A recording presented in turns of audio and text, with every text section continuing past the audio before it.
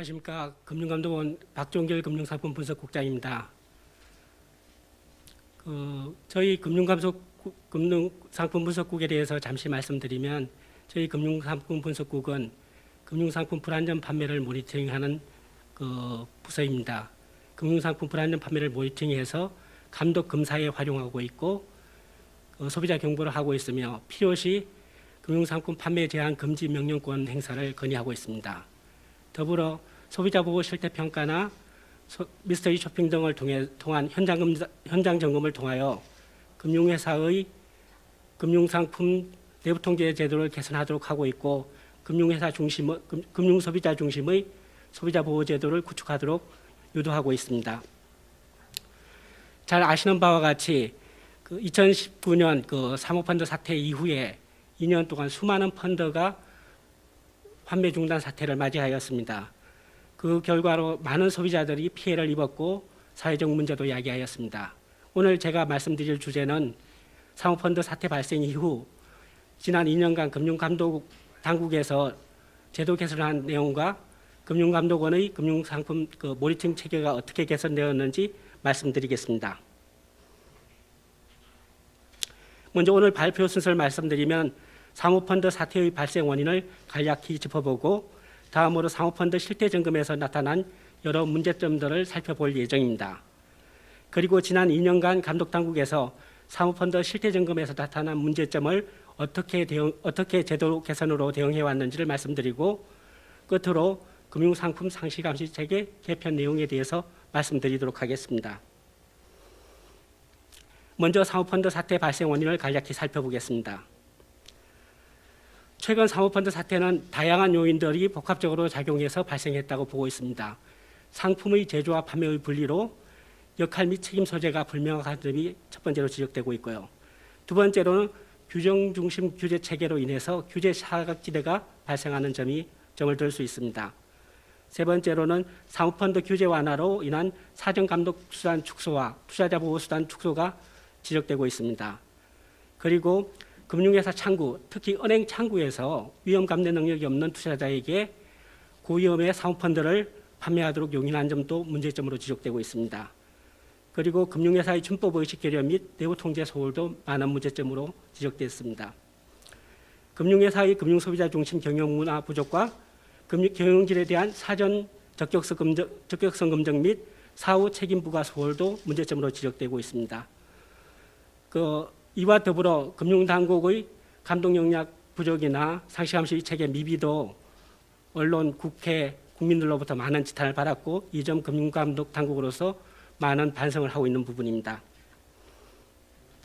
다음은 사모펀드 실태 점검에서 나타난 여러 문제점들에 대해서 살펴보겠습니다. 먼저 실태 점검에서 공모 규제 회피 문제가 심각하게 드러났습니다. 아래 표에서 보시는 바와 같이 공모펀드와 사모펀드는 규제가 현격히 차이가 납니다. 공모펀드는 사전감독 수단이 있고 투자자 보호 절차가 잘 갖춰진 반면 사모펀드는 이러한 규제가 거의 없는 상황입니다. 따라서 사모펀드는 전문 지식이 있거나 손실 감내 능력이 있는 투자자를 대상으로 사모의 형태로만 판매하도록 규제하고 있습니다. 하지만 실태 점검에서 자산운용회사와 판매회사가 공모하여 사실상 공모의 형태로 전문 지식이 없고 손실 감내 능력이 없는 일반 투자자에게 공모 형태로 판매한 것으로 드러났습니다. 다음으로는 투자자 보호 사각지대가 있었고 투자자 보호 절차가 형식적으로 운용된 것으로 나타났습니다. 원금 보장을 기대하는 은행에서 고위험 사모펀드를 판매하고 있는 점, 사모펀드 일반 투자자 요건을 지나치게 낮춘 점, 사모펀드의 녹취 숙려 제도를 적용하지 않는 점 등 투자자 보호 사각지대가 있었고, 투자자 보호 절차가 있는 것도 형식적으로 운영한 것으로 나타났습니다. 그리고 고위험 상품의 설계, 제조, 판매 등 전 과정에서 금융회사의 리스크 관리, 내부 통제가 미흡했던 것으로 나타났습니다. 시장 참여자들을 통한 시장에 의한 규율도 작동하지 않은 것으로 나타났습니다. 사모펀드는 규제가 상당 부분 완화되어 시장 참여자들에 의한 시장 규율이 무엇보다 중요함에도 불구하고 시장 참여자들이 감시나 견제 기능이 작동하지 않았습니다. 자산운용사는 리스크 관리를 위한 내부 통제가 소홀하였고 전문 사무운용사 같은 경우에는 사고 발생 시 손해배상을 책임할 능력이 없었습니다. 판매사는 리스크 관리보다는 판매 등의 유리한 구조로 펀드를 설정 운용해달라고 요구하였고 수탁기관과 프라임 브로커 증권사의 감시 견제 기능은 없었습니다. 또한 투자자 또한 리스크 관련 정보가 부족하고 전문 지식이 없기 때문에 펀드 운용에 대해서 감시할 수 있는 상황이 아니었습니다. 그다음에 실타의 점검에서 펀드 환매 상환에 대한 문제점도 일부 노출되었습니다. 상환 환매의 제약을 초래하는 만기 미스매치로 운용하거나 복잡한 복층 순환 투자 구조로 운용하는 경우, 그다음에 TRS 거래를 통해서 레버리지를 확대하는 경우 등 여러 가지 문제점들이 나타났습니다. 이러한 문제점들은 당장 펀드의 유동성 문제를 발생시키지는 않지만 향후 환매 중단 등 여러 가지 문제점을 발생시킬 수 있기 때문에 투자자 보호에 취약한 구조라고 볼 수 있습니다. 이런 여러 가지 문제점에 대해서 지난 2년간 감독당국에서 제도 개선 또는 감독 강화를 통해서 대응한 내용에 대해서 말씀드리겠습니다. 먼저 투자자 보호와 관련해서 여러 규제를 개선했습니다. 첫 번째로 공모규제 회피 차단을 위해서 공모 판단 기준을 강화하고 기초자산과 손익구조가 동일 유사한 경우 원칙적으로 공모로 판단하도록 하였고, 실질적으로 공모상품의 상호 형식 판매 차단을 위해서 제도를 개선했습니다. 두 번째로 원금 20% 초과 손실이 발생할 수 있는 고위험 금융투자 상품을 고난도 금융투자 상품으로 분류하고 투자자 보호를 강화했습니다. 세 번째로 사모펀드의 일반 투자자가 참여하는 경우 충분한 위험 감수 능력이 있는 경우만 참여할 수 있도록 사모펀드 최소 투자 금액을 1억 원에서 3억 원으로 상향하였습니다. 네 번째로 은행의 경우 상대적으로 투자자 보호 절차가 잘 갖춰진 공모펀드 위주로 판매할 수 있도록 은행에 대해서는 고난도 사모펀드 판매를 제한을 하고, 대신 은행 고객에 대해서는 공모 재간접 펀드를 통해서 간접적으로 투자하도록 했습니다. 이에 더하여 은행이 비예금 상품 판매를 하는 경우에는 보다 강화된 내부 통제 기준을 적용하도록 했습니다. 다섯 번째로 판매 과정에서 투자자 보호 절차를 강화하기 위해서 판매 과정에서 설명 의무 이행, 위험 숙지 방식, 투자자 성향 분류 등 판매 절차를 대폭 개선했고, 불안전 판매 유도 행위를 불건전 영업 행위로 제재할 수 있도록 규제를 신설했습니다. 여섯 번째로 녹취 및 숙려 제도를 강화했습니다. 고난도 금융투자 상품을 판매하거나 65세 이상 고령자에게 금융투자 상품을 판매하는 경우, 그리고 부적합 확인서를 받고 금융투자 상품을 판매하는 경우에는 녹취 및 숙려 제도를 적용하도록 했습니다. 그리고 개인 전문 투자자에 대한 보호 장치도 추가로 보완을 했습니다. 개인 전문 투자자에게 고난도 금융투자 상품을 판매 시 핵심 설명서를 교부하도록 의무화했고, 전문 투자자 전환 신청자 및 고난도 금융투자 상품에 투자하는 전문 투자자에 대해서는 설명 의무를 강화했습니다. 또한 개인 전문 투자자 정보를 DB화하여 통합 관리하도록 하고, 개인 전문 투자자 요건 충족 증빙 자료의 최신성을 확보하도록 제도를 개선했습니다. 금융회사의 책임성 확보 및 감독 강화를 위해서도 여러 제도 개선이 있었습니다. 먼저 경영진 책임을 명확히 하도록 하고 내부 통제를 강화하도록 개선했습니다. 고난도 금융투자 상품 영업행위 준칙에 판매 과정의 의사결정 책임을 명시하도록 하고, 내부 통제 관리 감독 소홀로 다수 금융소비자의 피해 발생 시 경영진을 제재할 수 있도록 법규화 작업을 진행하고 있습니다. 두 번째로 고난도 금융투자 상품 영업행위 준칙을 마련하여 시행하고 있습니다. 이는 유럽의 프라하트 거버넌스 규제를 모델로 한 것으로 금융회사가 금융상품 설계에서부터 사후관리까지 전 과정에 대해서 투자자를 최우선으로 두고서 영업행위 기준을 마련하도록 세부 기준을 제시하고 있는 내용입니다.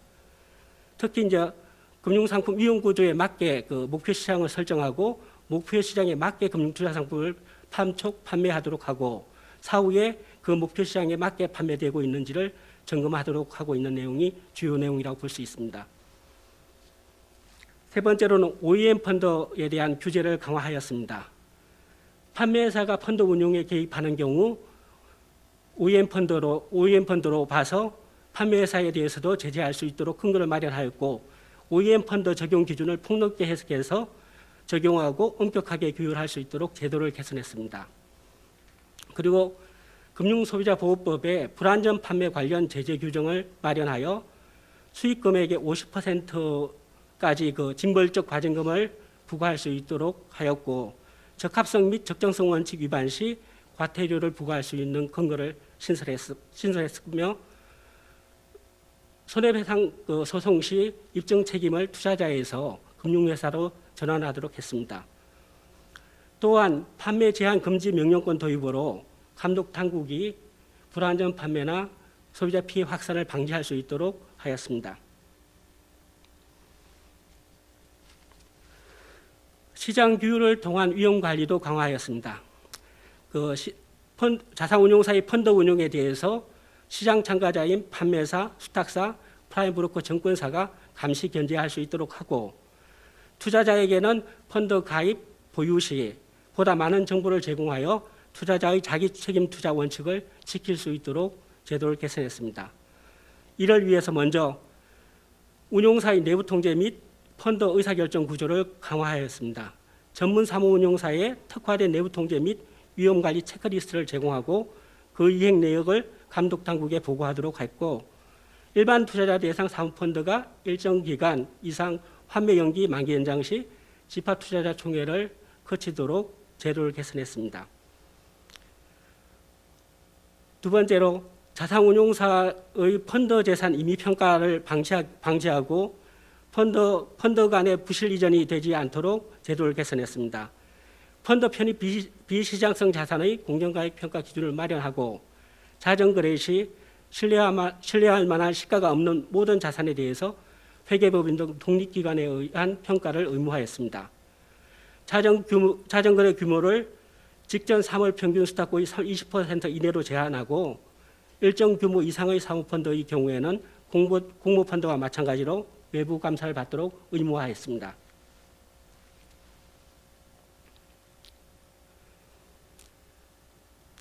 또한 판매사의 펀드 운용 견제 기능을 강화하기 위해서 판매사는 펀드 판매 전 투자 설명 자료의 적정성을 검증하도록 하고 판매 후 투자 설명 자료상 투자 전략 및 자산 운용 방법에 맞게 운용되었는지 점검하도록 의무화했습니다. 그리고 문제 발견 시 운용사의 시정을 요구하고 운용사가 불응 시 감독당국에 보고하도록 했습니다. 수탁사 및 프라임브로커 증권사에 대해서도 펀드 운용에 대한 관리 감시 책임을 명확히 했습니다. 여섯 번째로 사모펀드 일반 투자자에 대한 상품 설명 의무를 강화했습니다. 투자 설명 표준화 및 핵심 정보 투자 설명 자료를 표준화하고 핵심 정보 위주로 제공하도록 했고 운용사가 투자 설명 자료 내용을 위반하여 운용 시 불건전 영업 행위로 제재할 수 있도록 하였습니다. 그리고 사모펀드 일반 투자자에 대해서 운용 정보 제공도 강화했습니다. 사모펀드 일반 투자자에 대해 분기별 자산 운용 보고서를 제공하도록 하고 보고서에 투자 대상 자산 현황 및 주요 리스크를 기재하도록 의무화했습니다. 투자자 보호 취약 구조에 대해서도 보완을 했습니다. 펀드 유동성 리스크 관리 체계를 마련하도록 하고 복총 순환 투자 구조에 대해서도 규제를 강화했습니다. TRS 등 차입 운용 펀드에 대한 투자자 보호 조치도 추가적으로 마련했습니다. 금융당국의 감독 검사도 강화를 했는데 먼저 사모펀드 영업보고서 제출 주기를 반기에서 분기로 단축하는 등 상시 모니터링을 위한 보고 의무를 강화했습니다. 그리고 부실 전문 사모운용사를 신속하게 퇴출할 수 있도록 등록말소 제도를 도입했고 금융투자협회로 하여금 사모펀드 시장 모니터링을 강화하고 취약 요인을 감독당국과 공유하도록 하는 등 자율규제 기능을 제고했습니다. 다음은 끝으로 금융상품 상시감시 체계 구축에 대해서 말씀드리겠습니다. 사모펀드 사태가 발생하고 금융감독원의 금융상품 상시 감시 체계도 계속해서 개선해 나가고 있습니다. 먼저 첫 번째로 금융상품 모니터링을 전담하는 총괄조정부서를 신설했습니다. 금융상품 정보를 지속 확보 분석하여 소비자 피해를 선제적으로 예방할 수 있도록 지난해 금융상품 모니터링 전담 총괄조정부서를 신설하였고, 금년에는 소비자보호 실태평가, 미스터리 쇼핑 등 현장 점검 기능을 추가하고 조직도 확대 개편하였습니다. 두 번째로 금융상품 모니터링 지원 정보 시스템을 구축 추진하고 있습니다. 금융상품 유형별로 입수되던 기존 정보 시스템의 한계를 보완하기 위해 금융상품 단위별, 개별 금융상품별로 모니터링을 지원하는 정보 시스템을 구축하고 있습니다. 상품 구조가 복잡하거나 불안전 판매 등으로 소비자 피해 가능성이 높은 상품을 선별하여 상품 정보를 입수 분석할 예정입니다. 세 번째로 금융상품 라이프 사이클 전반에 대해서 모니터링하고 있습니다.